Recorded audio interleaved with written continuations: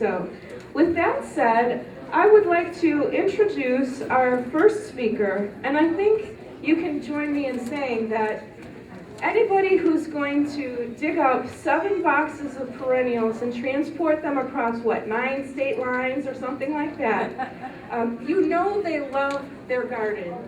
And it's something I think about all the time. How can I move? I have to move my entire garden with me. So I feel your energy there. Have any of you ever gone to the herb days or the herb sale at Alta Greenhouse? And I don't know about you, but come that time of year, I'm just dying for anything that's a sign of living green plants. And I love to come to the herb days, and I'd like to say that Libby makes those happen. And Stephanie as well. And we thank all of the folks from Alta for being here tonight, having a display, and as well as some fabulous prizes you'll learn about here in a minute. So, Christine, without further ado, we do thank you for joining us on Seeds and More.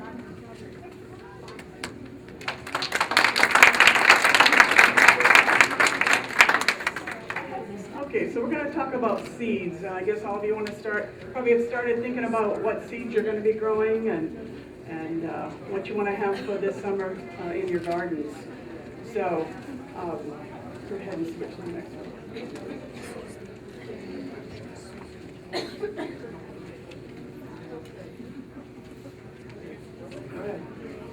All right, the first thing I want to talk about is a lot of questions about heritage seeds and what exactly is an heirloom. Well, it's pretty simple. The heritage seeds and heirlooms are words that we use to describe a seed variety that we can save. Now, the word we use in English is the heritage. So if you go to England, they're going to call them heritage seeds. Now, in the United States, most of the time we use the term heirloom. The term heritage in the United States is used to describe animals that are not hybrids. So if you're reading and you see that in literature, you will sometimes see heritage if it had come from an English background. But it's usually talking about animals if it's American. So heirloom seeds, there's really no exact definition, and they are open pollinated. What that means is it's not going to affect the seed when they're pollinated. They always come true. That's the last slide.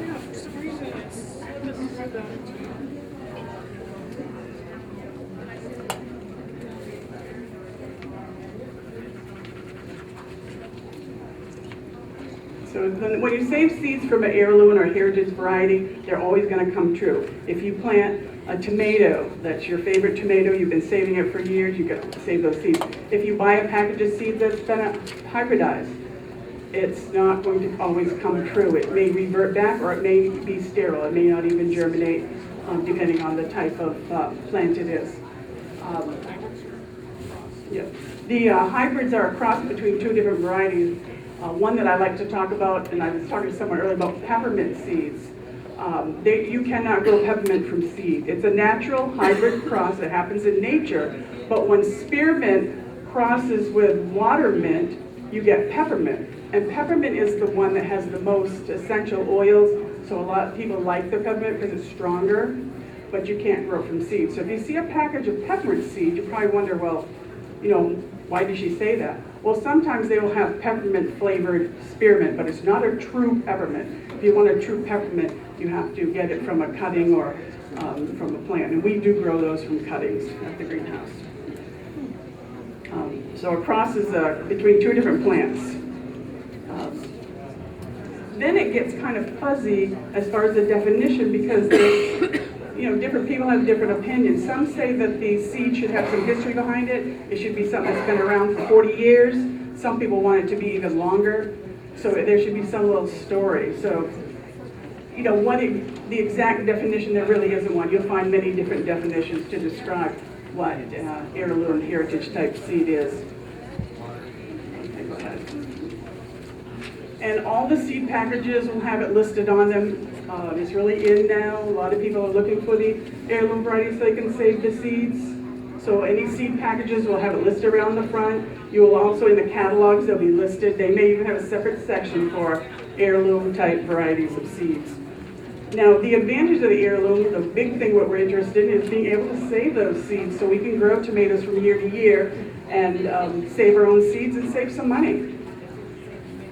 And you'll get the same tomato over and over again. But the other reason why we like heirloom seeds is because the flavor. A lot of the tomatoes that we grow, this is one of the ones that I save seeds from, I save them because I like the flavor of that specific tomato. And the heritage varieties are better that way, whereas the hybrid crosses don't have that. Okay, and then on some of the tomato packages that you get, especially this particular right here, the Roma, you can see at the top of it, I guess you can't see it real well, but there's a little VF on there. And the reason why they started hybridizing tomatoes is to make them resistant to some of the diseases that the tomatoes were getting. And there's a fact sheet for that, and there's a lot of fact sheets out there. So if you want information, you can find it on the internet. And if you go to the Ohio State, you can get all kinds of information about growing and planting and problems. But when you see that VF on a tomato package, we used to even advertise that on our signs for our tomatoes, that they were resistant to certain diseases. And then people would want to buy them because they knew they weren't going to have the problem. So that's something you have to watch out for, whereas your heirloom varieties are not going to be resistant to those diseases. And if you want to read about it, you get the, okay. So you want to make sure that you can check your packages for that. And each variety that you look at, you have to find out if that particular variety is resistant. So that's one of the reasons why heirloom varieties can be a problem, because they don't have the disease resistance. Now, and that's one of the disadvantages of growing heirlooms. They also are lower yielding. You'll get less tomatoes from a heirloom variety than you will from a hybrid. They're bred to produce lots of tomatoes, and you'll have to plant. If you're going to can them, you're going to have to plant more if you choose an heirloom variety. You may not get as many tomatoes. So they're unpredictable as far as how much. You don't really know. Whereas you know that the hybrid varieties, you're going to get a lot more yield out of them. Yes.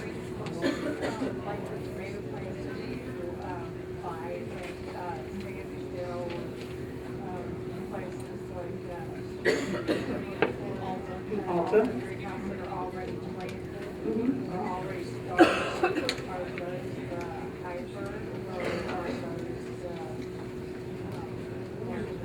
The plants that you buy, it should be on the tag, or there should be some information about it. Our heirloom varieties, we have listed on a sheet, we have them marked as such. We grow both heirlooms and hybrids. And what do we grow? About 25, maybe 30? I don't know.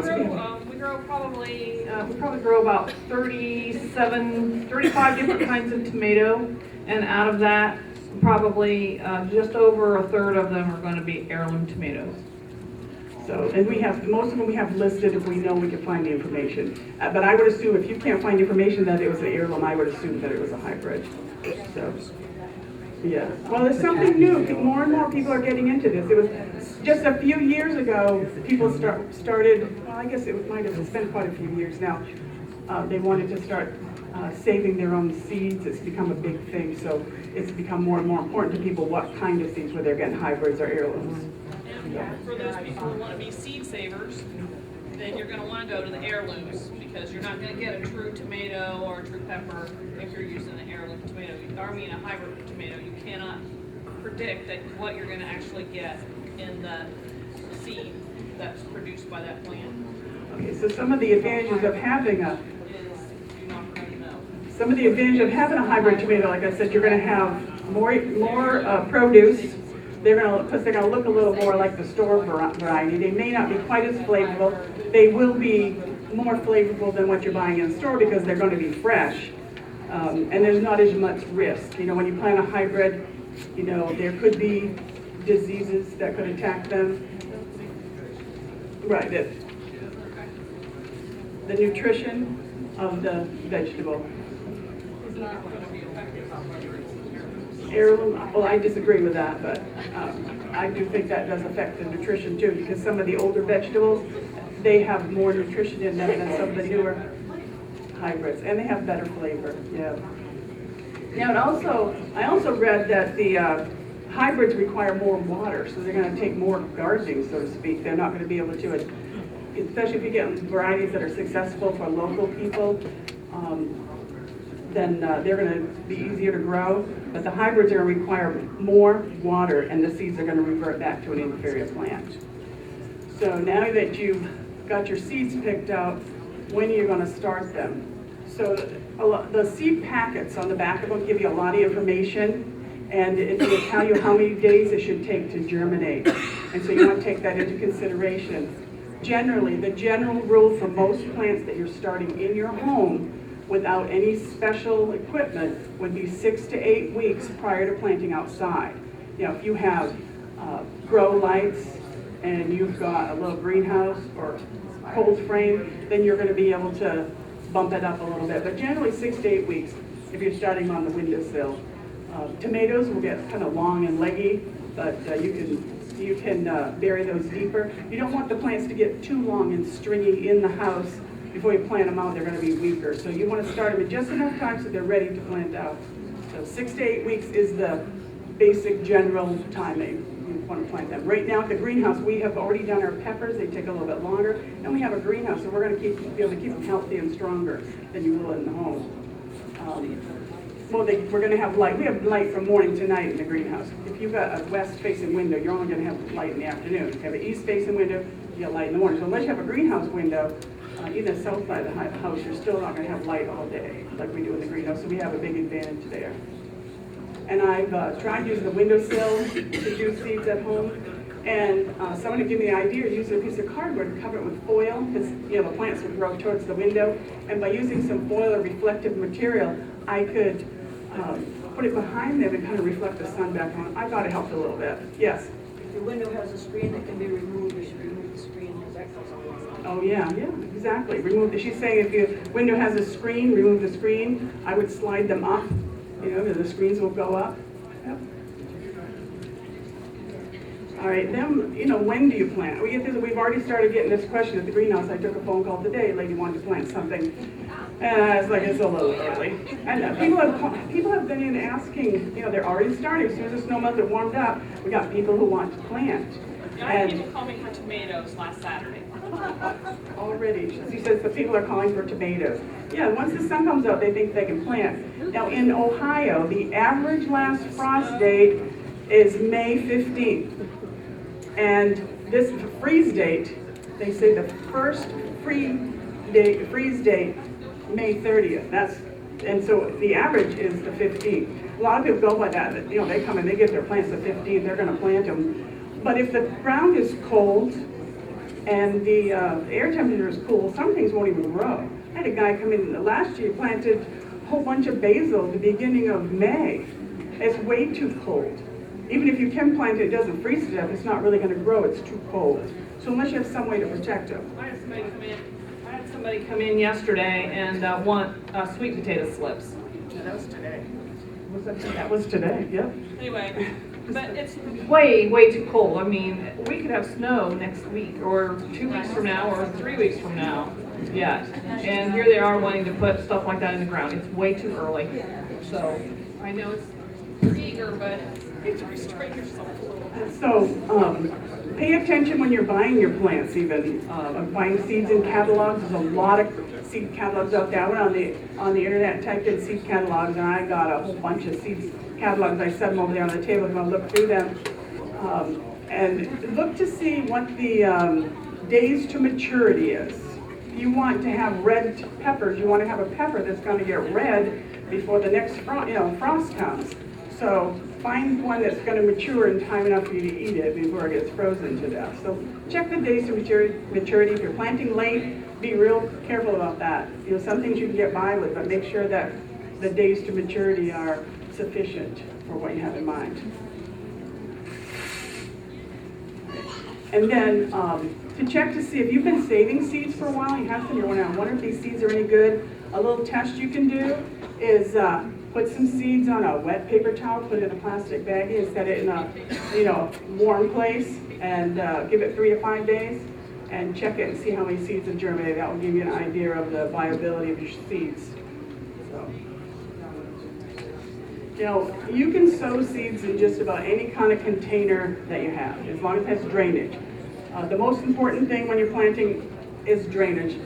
I don't want to use a container that does not have drainage holes.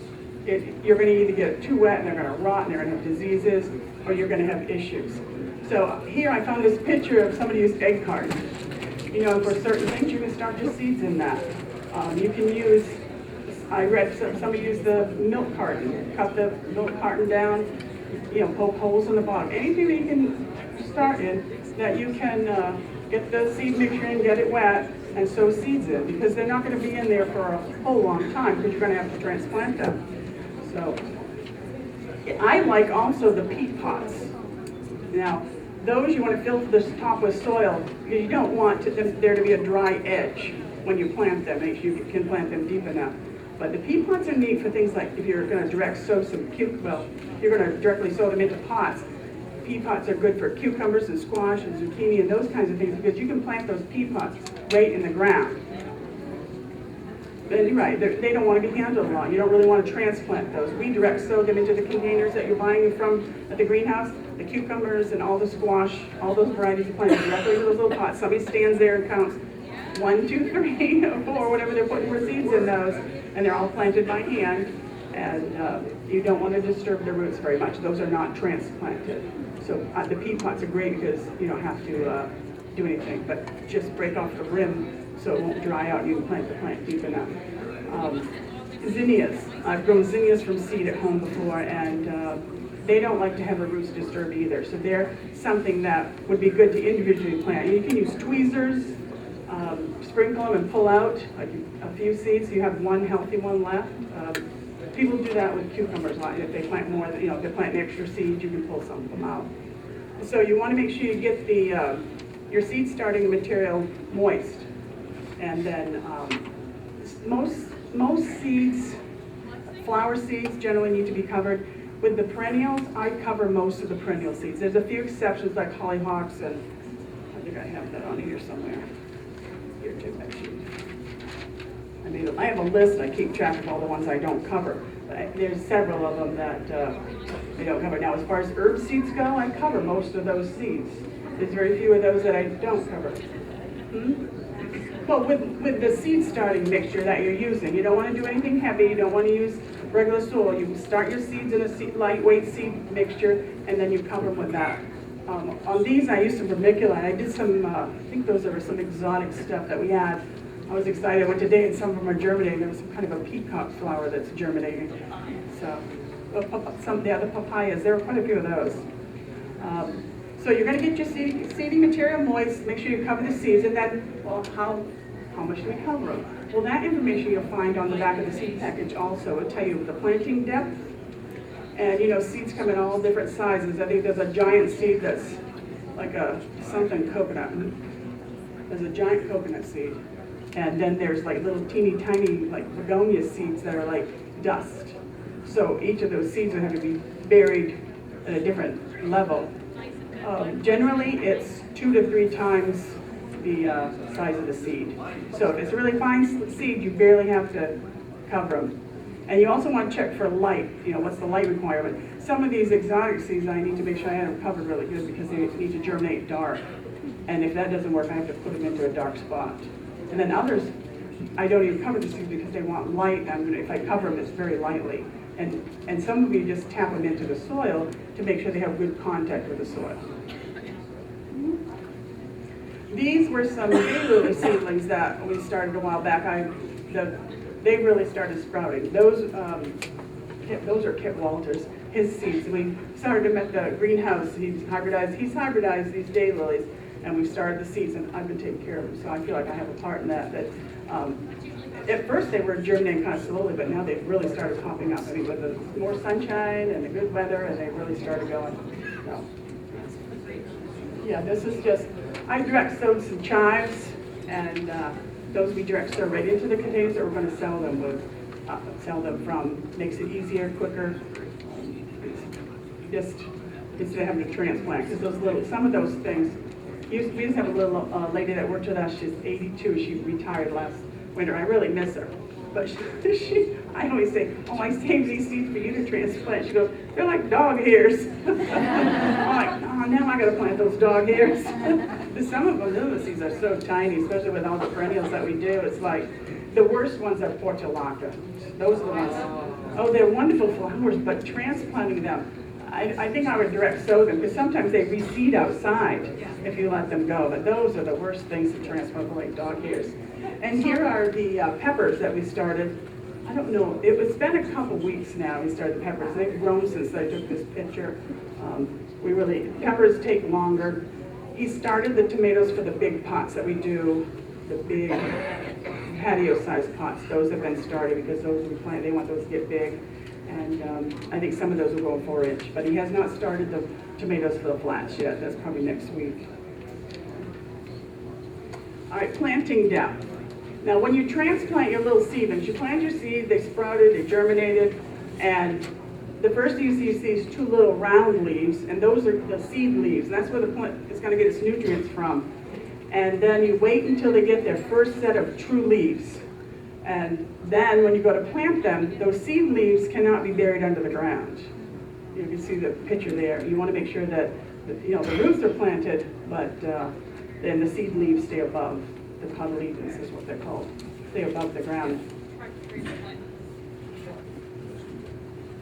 8,000 of those. I've never planted 8. Well, I probably have, haven't I? I've planted a lot. I've planted thousands of plants. So yeah, that's a little tomato, but yes.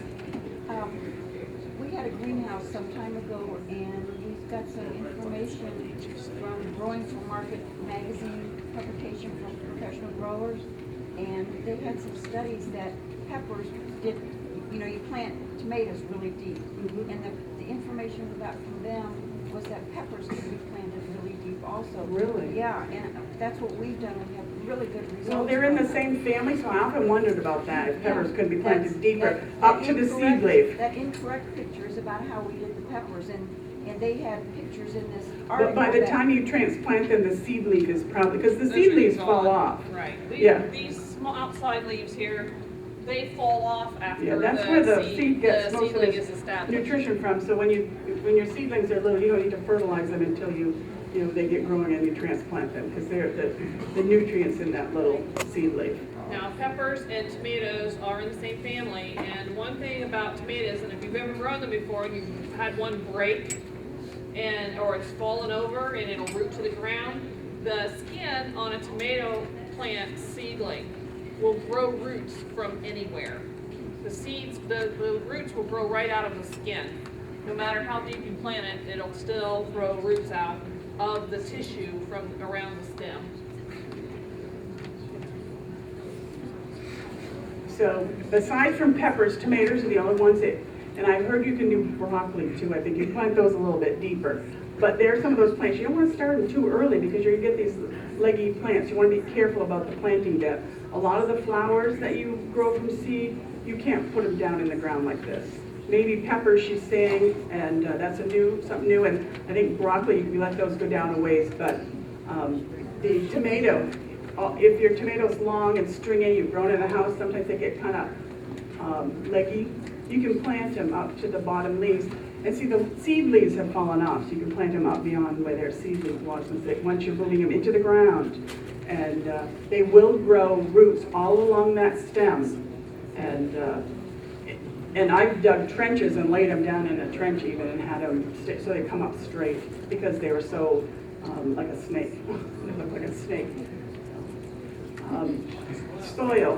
When you're planting in your garden, I moved here from Maine in '95, and I lived across the street from a lake, and we had really sandy soil. And so I would have the guy down at the hardware store bring me a truckload of manure to add to my sand. I mean, basically, it was sand because this is my garden, and over here I said, you were playing the sand over here to my son. said, but don't go over this line. This is my garden. This is your play area. You play with cars and trucks over here. Because it was so sandy, I didn't have to buy sand. I just said, that's your sand pile right there. And he and his buddies one day tried to dig to China. They could dig down 6 feet. They got tired, and they were burying themselves up to their necks in this soil. That's how it was so easy to dig. Well, I got here, had 7 boxes of bare root perennials put in the ground that night because they'd gone on the truck for a couple days. And so I was out there until I couldn't see very well. It was dark, and I was planting perennials. And my hands hurt so bad because, if I was a clod of soil, I'd break it up with my hands. But here you couldn't. It's like, I could have made pinch pots. So I decided, how are these plants going to grow? I have no idea. And then I went out and bought 10 delphiniums to put in the front of the house because in Maine, I had delphiniums. They were beautiful. Well, I had to learn about clay soil the hard way. None of those delphiniums survived at all. And so I started doing some research, talking to people, and found that what is clay soil? Why is it this way? And most of the soil in this area is about 50% clay, so it's heavy clay. It's not just clay soil, it's heavy clay. And the pieces, if you look at clay under a microscope, it's like flat pieces of glass. And if you've ever had two panes of glass stick together, I grew up on a farm, so there'd be panes of glass lying around there put in the windows, Dad repaired. So they would get wet and they stick together. You try to get them apart so you could hand in one, they wouldn't come apart. They were like stuck together because of that moisture that was in there. Well, that's what the clay soil is like. When the water gets in there, it sticks and it doesn't want to break up. Well, the roots can't grow through that. And so you got to find things that are going to break up the clay soil.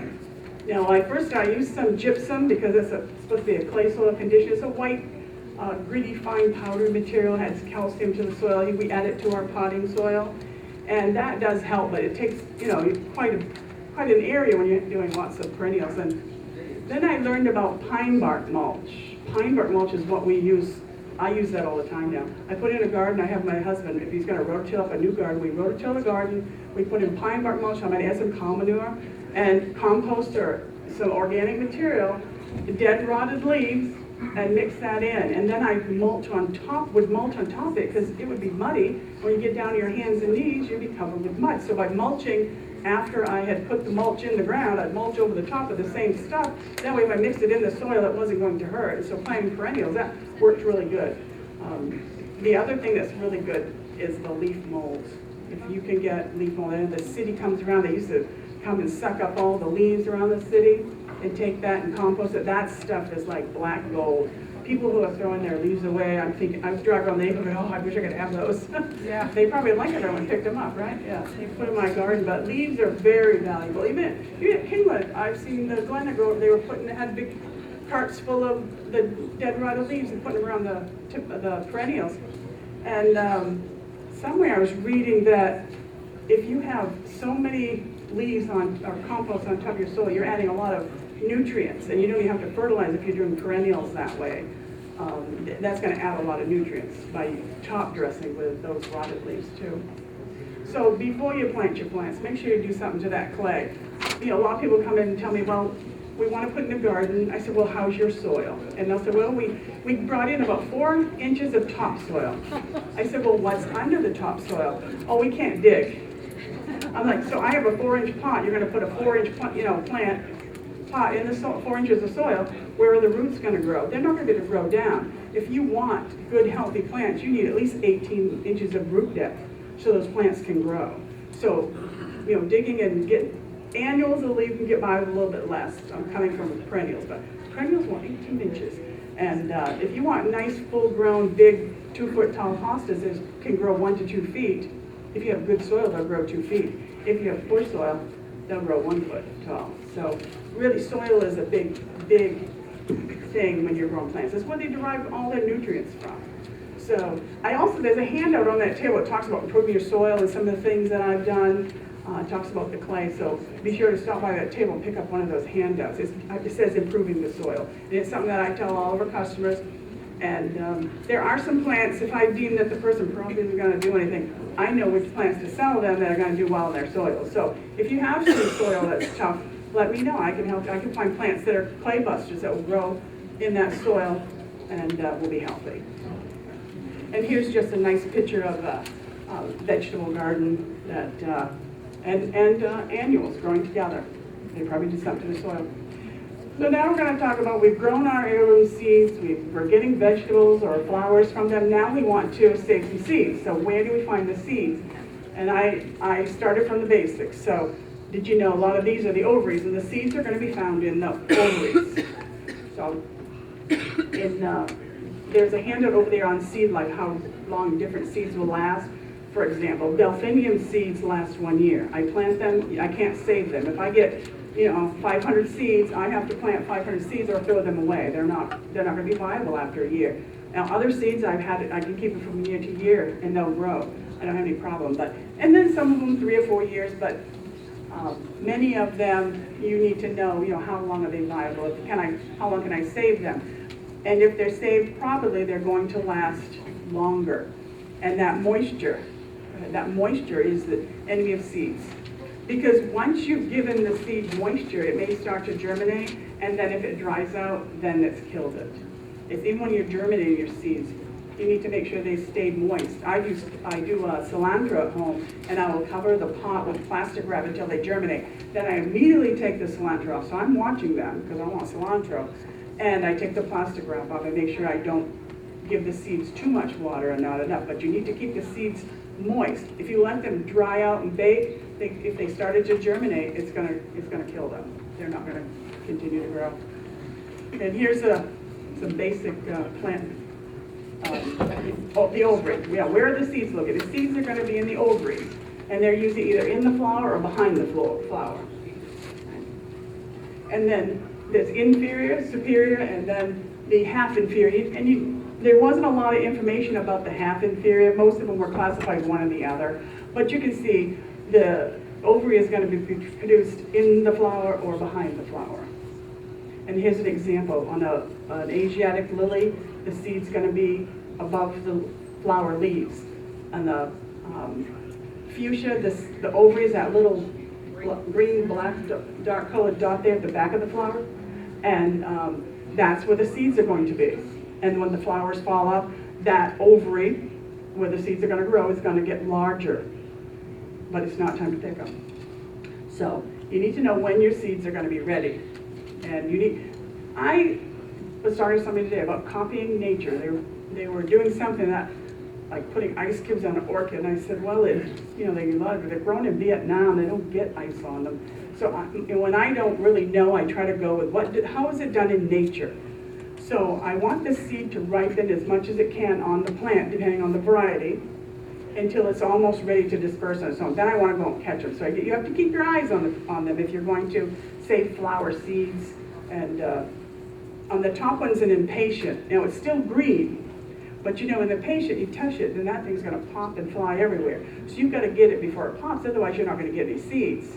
Because as soon as you touch it, the seeds fly. So usually I'll put my hand around it and grab those kinds of seeds so they pop in my hand. I know those seeds are just about dry. You can leave them out a little bit to dry in an area where they're not going to get wet.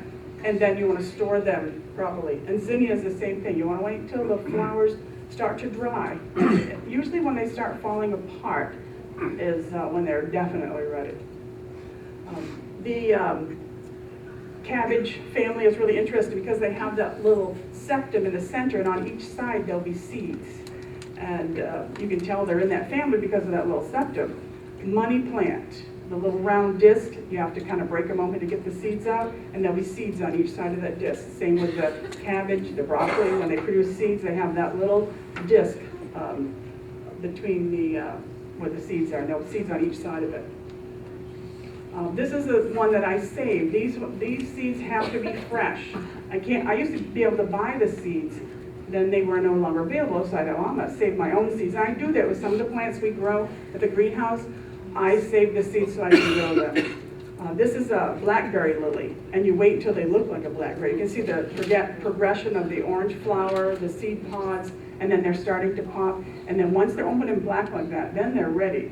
And it's usually late in the summer, early fall, I grab them, and that's when I start sowing the seeds because they want fresh seeds. So I want to make sure they're fresh so I can get plants for the following year so I can save seeds again.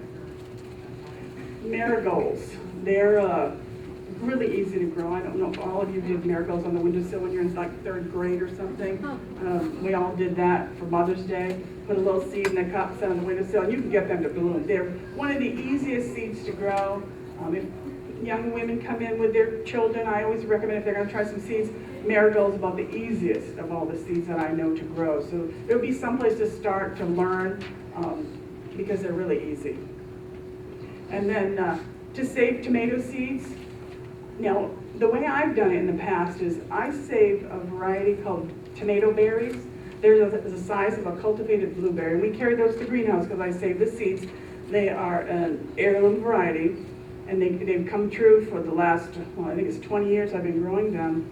And I usually just squeeze the seeds out when they're really ripe. The tomatoes start to split, and I will squeeze them onto a paper towel and absorb all the moisture off and let them dry that way. If they mold, then they're no good, so you can't let them mold. But this was, I have not tried this way, and this is also in a hand. There's another handout over there that has printed on both sides.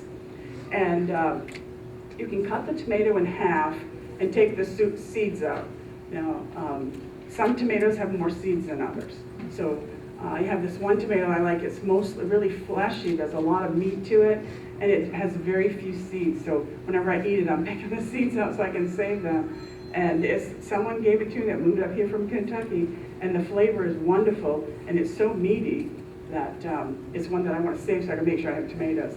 So cut it in half, remove the seeds, and put them in a container and cover it with plastic and make a hole. And then this describes fermenting the seeds. Now, I usually have pretty good germination. I get enough for what I want. It seems like they all germinate the way I've done it.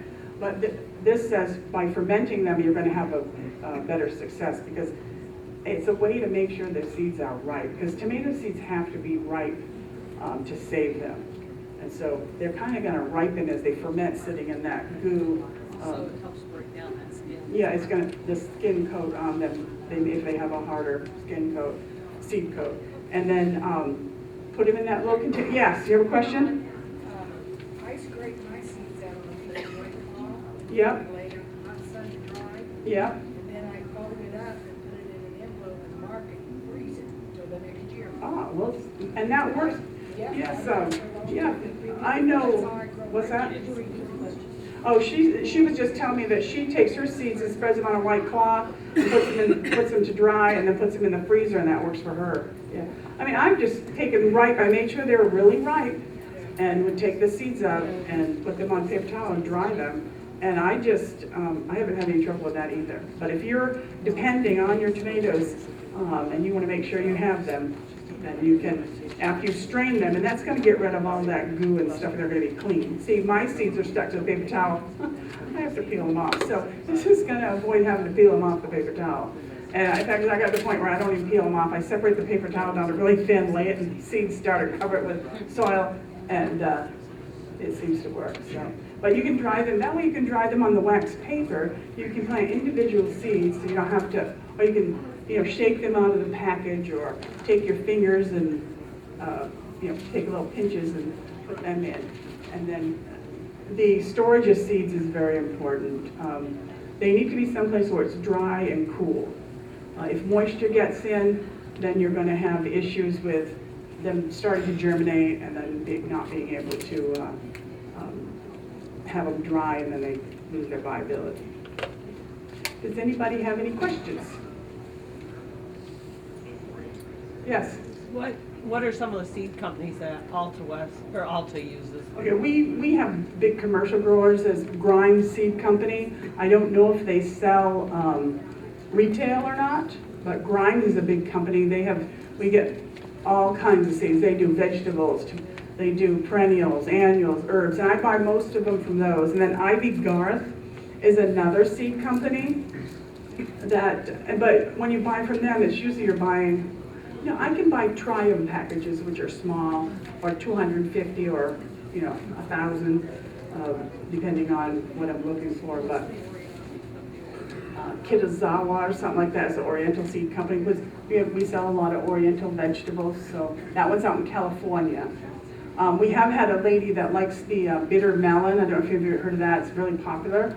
And she's been saving us seeds, and we give her plants and she saves us seeds. Well, she moved and didn't get a seed, so we're trying to find a source for bitter melon. They call it umpalaya, and it's really like a cucumber plant that tastes bitter, basically. And it's supposed to be very nutritious, and they swear, but they've acquired a taste for it.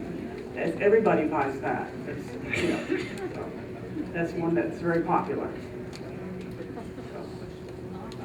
So, any other questions that anybody have?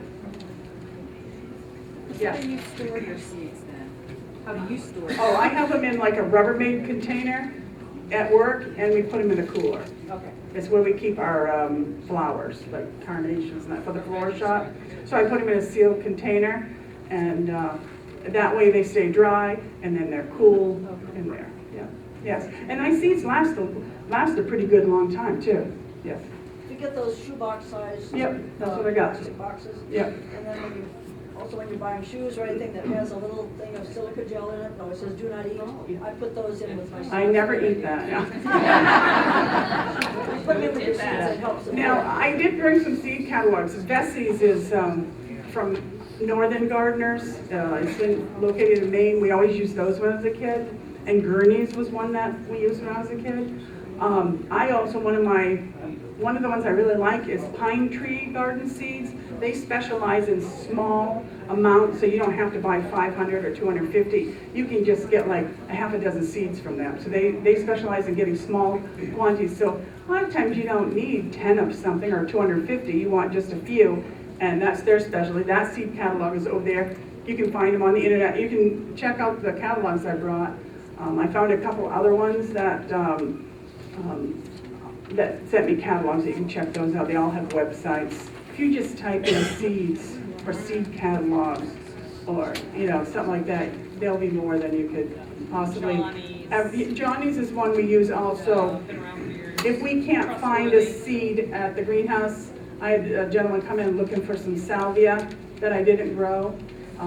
And it wasn't in the Grimes or the Ivy Gath catalog, so I went to the Johnny Select Seeds, and they had that. But I think we're buying those retail when we're buying them too, because the wholesale, we get a better deal. We get some kind of a discount for buying so many seeds. Yes? Again, when we had the greenhouse, we wanted a certain kind of tomato that we could only get from a place in California, and they would only sell us, the smallest amount they would sell us was a quarter pound of tomatoes. Yeah. We kept those seeds for almost 15 years, Yes. and the germination was still really good. Yeah, if you The only store them reason properly. we stopped using Yeah. them was because I found a local source for them. Yeah, tomatoes are one of those seeds that last, that just, they can like, they're, their coverings on them are so solid and so airtight that those seeds will last for years and years. If you save them this year, they still could be viable, 5 to 6 years from now. Yeah, but all seeds. But not all seeds yeah. are like that. No, every seed has a different length of time that it's viable That's for. why Yeah. that you can eat a tomato and the seeds can go through your intestines and come out down at the waste sewage plant and still get a seed, get a plant to grow out. That's how that happens when those plants show up in your garden, a bird flew over it. I think poison ivy gets planted that way. One of my other favorite tomatoes is the Polish linguiça. I just discovered that a few years ago, and it's a horn-shaped tomato. It's close to like a Roma, because the Roma is a hybrid, and this is an heirloom. And we've had people start asking for it. But the flavor of the Polish linguiça was absolutely delicious. I sure hope we're growing those this year, now that I'm saying that.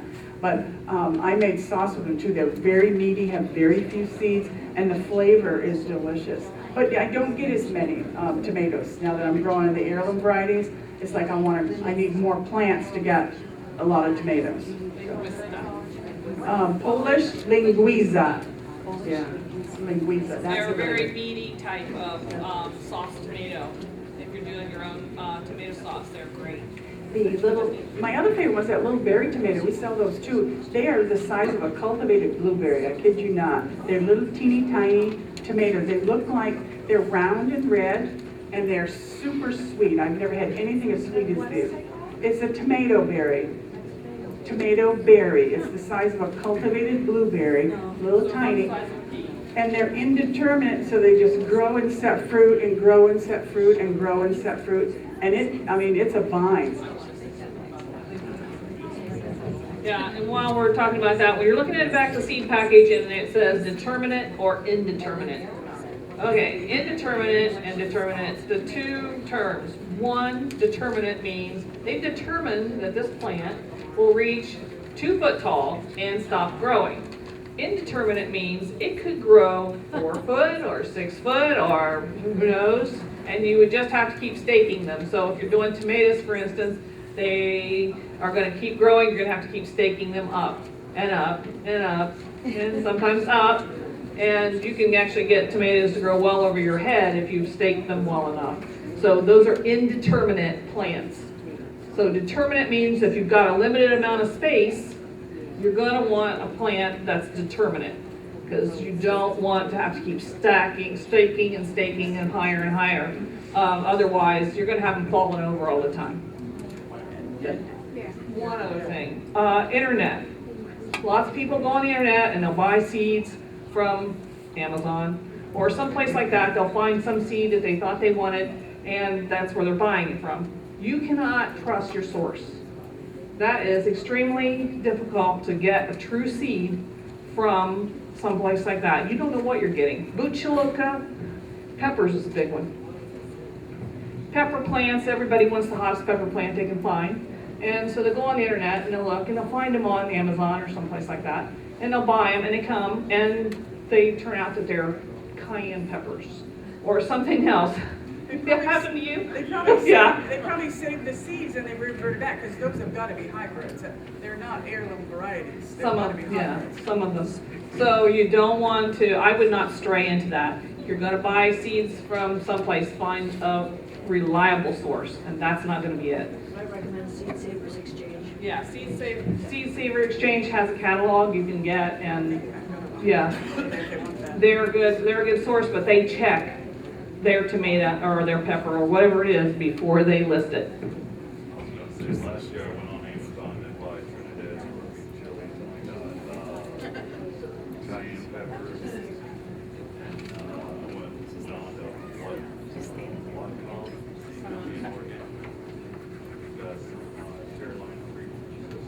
Yeah, we carry those. We've got the scorpion, the Carolina Reaper, and the Bootchaloka. Bootchaloka. Yeah, the ghost peppers. So, but he was saying that he ordered from the internet, and what he got, thinking that he was getting Carolina Reapers, turned out to be cayenne peppers. So they were not what he thought he was getting. We have the Bootchaloka, which is the ghost pepper. We have the scorpion and the Trinidad scorpion, and what's the third one? We got all three of them. Yeah, the Reaper, the Carolina Reaper.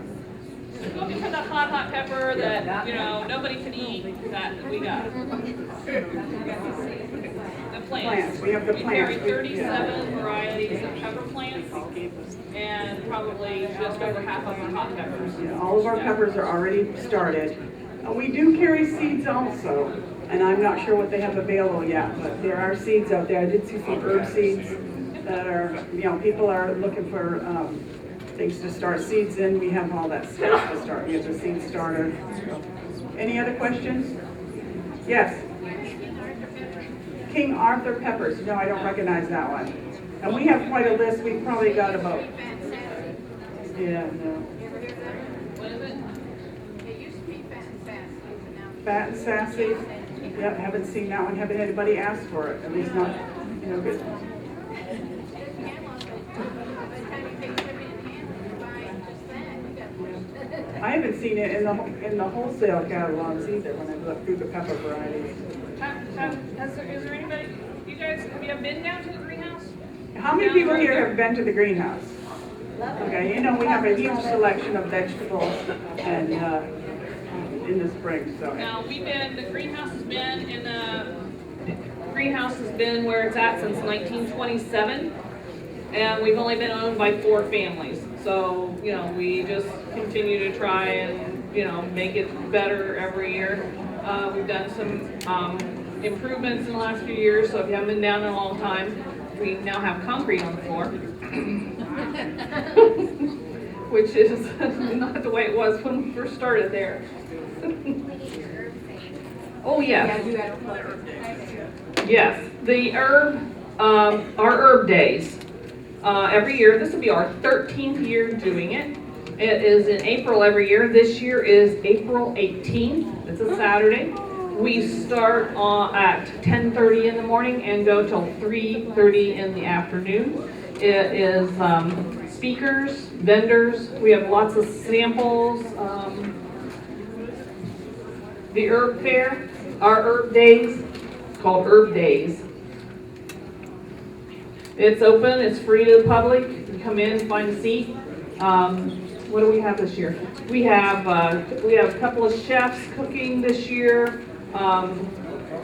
We have a lady doing like fairy gardening with herbs.